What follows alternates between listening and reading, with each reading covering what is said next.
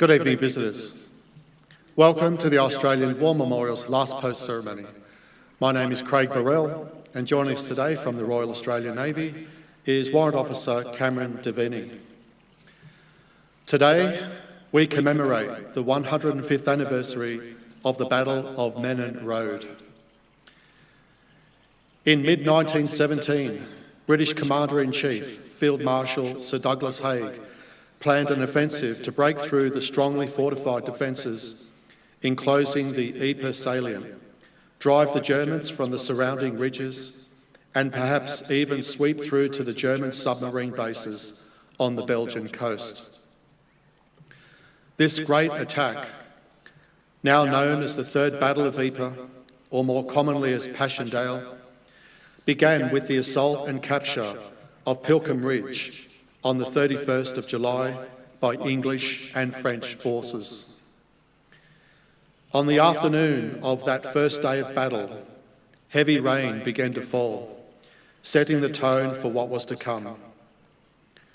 With frequent rain and the destruction of the lowlands drainage systems by intense artillery bombardment, the fighting took place amidst mud and mire.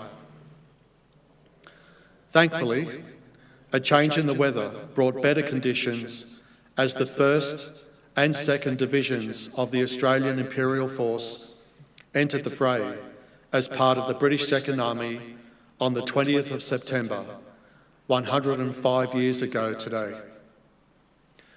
Around dawn, a heavy mist formed, and at 5:40 a.m, the Battle of Menin Road began with an intense artillery barrage.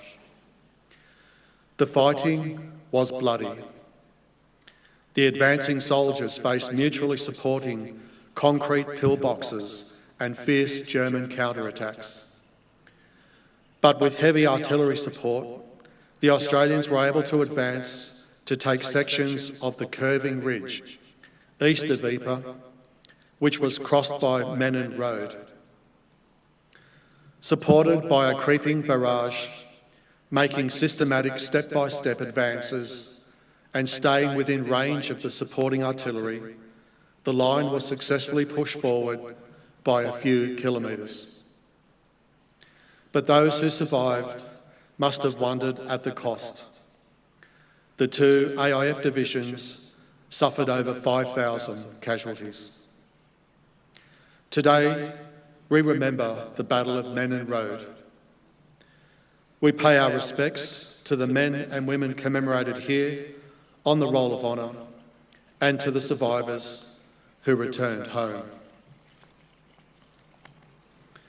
This evening, we warmly welcome Mr. John King, President of the Returned and Services League of Australia, ACT branch, and the delegation representing the Sea Power Centre. We welcome the veterans who have served, those that are still serving, and the families that love and support them. We acknowledge the members of RSL and Services Clubs Association, RSL Victoria, and RSL Queensland who are watching the broadcast of this ceremony across Australia. During this evening's ceremony, wreaths will be laid at the base of the pool of reflection by visitors to the memorial and students on behalf of St Ambrose Catholic Primary School, Pottsville, New South Wales. If you are able, please stand and join in singing the National Anthem.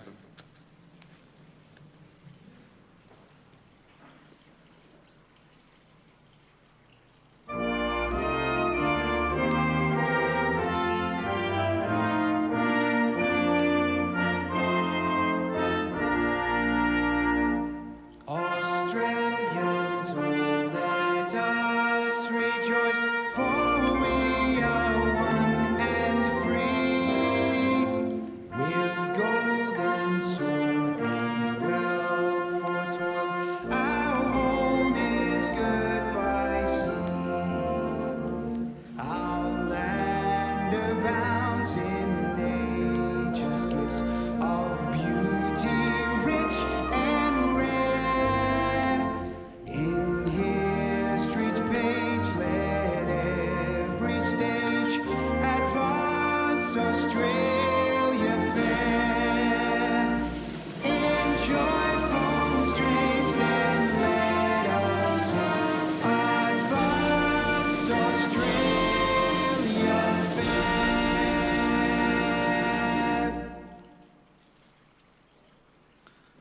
Please be seated if you can do so.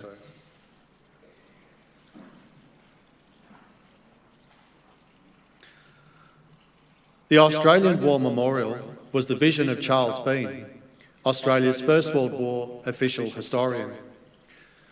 Bean landed with the Australian troops on Gallipoli and stayed with them at the front through to the end of the war.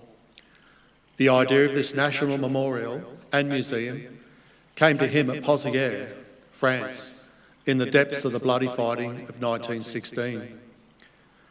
Bean's idea was that this would be a place where families and friends could mourn their loved ones buried in faraway places.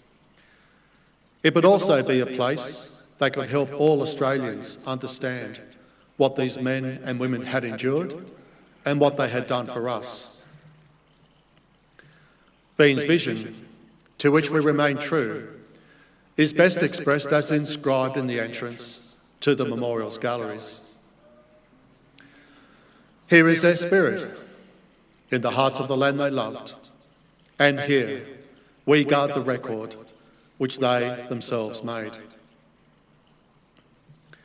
Tonight, we will read the story behind just one of those on the Roll of Honour, which lists the names of more than 103,000 men and women who have given their lives for us in war and on operations for more than a century. But first, we present a lament, Flowers of the Forest. Wreaths or floral tributes will now be laid at the base of the pool of reflection.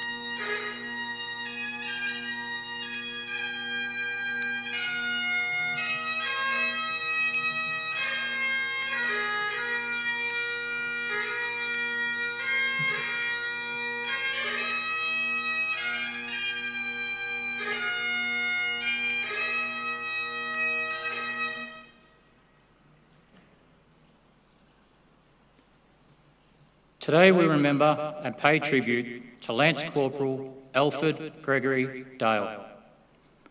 Alfred Dale was born in 1894 in Ballarat East, Victoria. One of 5 children born to local draper Archibald Dale and his wife Jemima. Young Alfred received his education at the local state school, where he was also a member of the cadets. On completion of his schooling, he began an apprenticeship with the local engineering firm called Messrs Ronaldson and Tippett. He was also an active member of his community, being a member of the North Ballarat football team, the local men's Bible class, and the militia. At the outbreak of the First World War in 1914, he was working as a carpenter. Alfred Dale enlisted in the Australian Imperial Force on the 1st of November 1915. He was assigned to the 15th Reinforcements of the 8th Battalion and began a short period of training in Australia. He embarked on active service from Melbourne on the 7th of March 1916, travelling on board the troop ship Wiltshire. After spending several weeks at sea, Private Dale arrived in Egypt, where he continued his training with other new recruits. In late April, he embarked for the Western Front, arriving in the French port of Marseille on the 4th of May 1916. From there, he was sent to northern France, joining his new unit in the field at the end of July. He was drawn into battle around the village of Pozières almost immediately, fighting to capture the village and the high ground along Pozières Ridge. Bloody fighting continued around the village until August 1916, at the cost of more than 23,000 Australian casualties. Following this costly introduction to war, Dale's unit was moved to a comparatively quiet Belgian front, where it spent several months training and making improvements to the trench systems and defences. Returning to France in November, the men spent a bitterly cold winter which followed rotating in and out of the front lines. Early 1917, marked by the German strategic withdrawal to the fortified Hindenburg Line. The retreat was eagerly followed by the Allied units, who seized the opportunity to push the enemy back. In advancing on the Germans, the units were confronted by well-prepared rearguard defences and booby-trapped towns, resulting in a series of bloody clashes. In May, Dale was promoted to Lance Corporal ahead of his unit's return to Ypres, Sallian in Belgium. He was granted a short period of leave in August, rejoining his unit in the front on the 10th of September. He went into battle for the second time in 10 days, when the 1st and the 2nd Australian Divisions attacked the enemy position at Menin Road. Following major artillery barrage, the men advanced towards enemy lines in the early hours of the morning of the 20th September 1917. They came under heavy enemy fire from the German troops, who attempted to resist their advance. The Allied units were at significant disadvantage, having to cover more than 1,500 metres to get to their objectives, under fire from enemy pillboxes and occasionally being hit by their own guns. Despite this, they eventually secured their objectives. This success came at a cost of more than 5,000 Australian casualties. Among the dead was Lance Corporal Alfred Dale, who was killed during the Battle of Menin Road. He was 23 years old. His body was never recovered from the battlefield. Today, he is commemorated on the Menin Gate Memorial at Ypres, among almost 55,000 others who have no known grave. His family remembered him in a memorial notice posted in the Ballarat Star. He ere the glow had left you skies, went forth and made the sacrifice. His name is listed on the Roll of Honour on my right, among almost 62,000 Australians who died while serving in the First World War. They are but one of many stories of service and sacrifice told here at the Australian War Memorial. We remember Lance Corporal Alfred Gregory Dale, who gave his life for us, for our freedoms, and in the hope of a better world.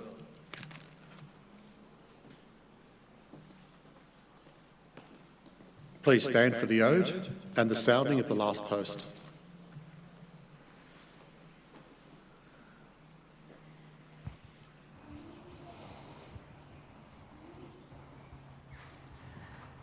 They shall grow not old, as we that are left grow old. Age shall not weary them, nor the years condemn. At the going down of the sun, and in the morning, we will remember them.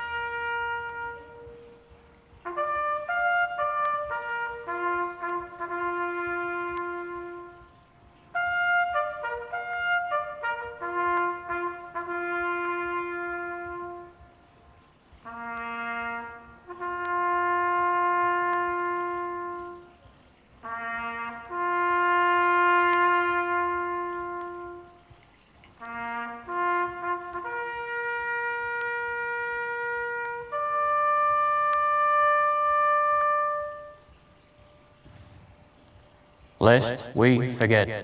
Lest we forget.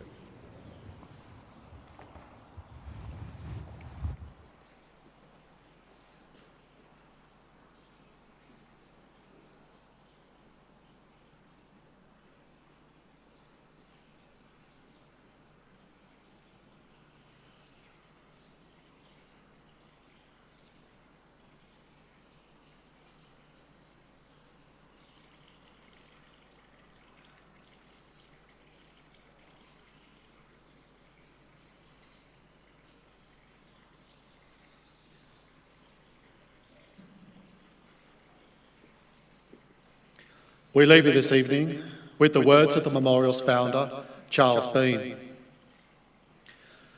Many a man lying out there at Pozieres or in the low scrub at Gallipoli, with his poor, tired senses barely working through the fever of his brain, has thought in his last moments, well, it's over.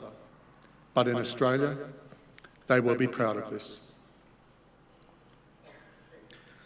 Ladies and gentlemen, girls and boys, that concludes the last post ceremony. On behalf of the Director and staff, we thank you for visiting the Australian War Memorial today and for your continued support during the memorial's development project.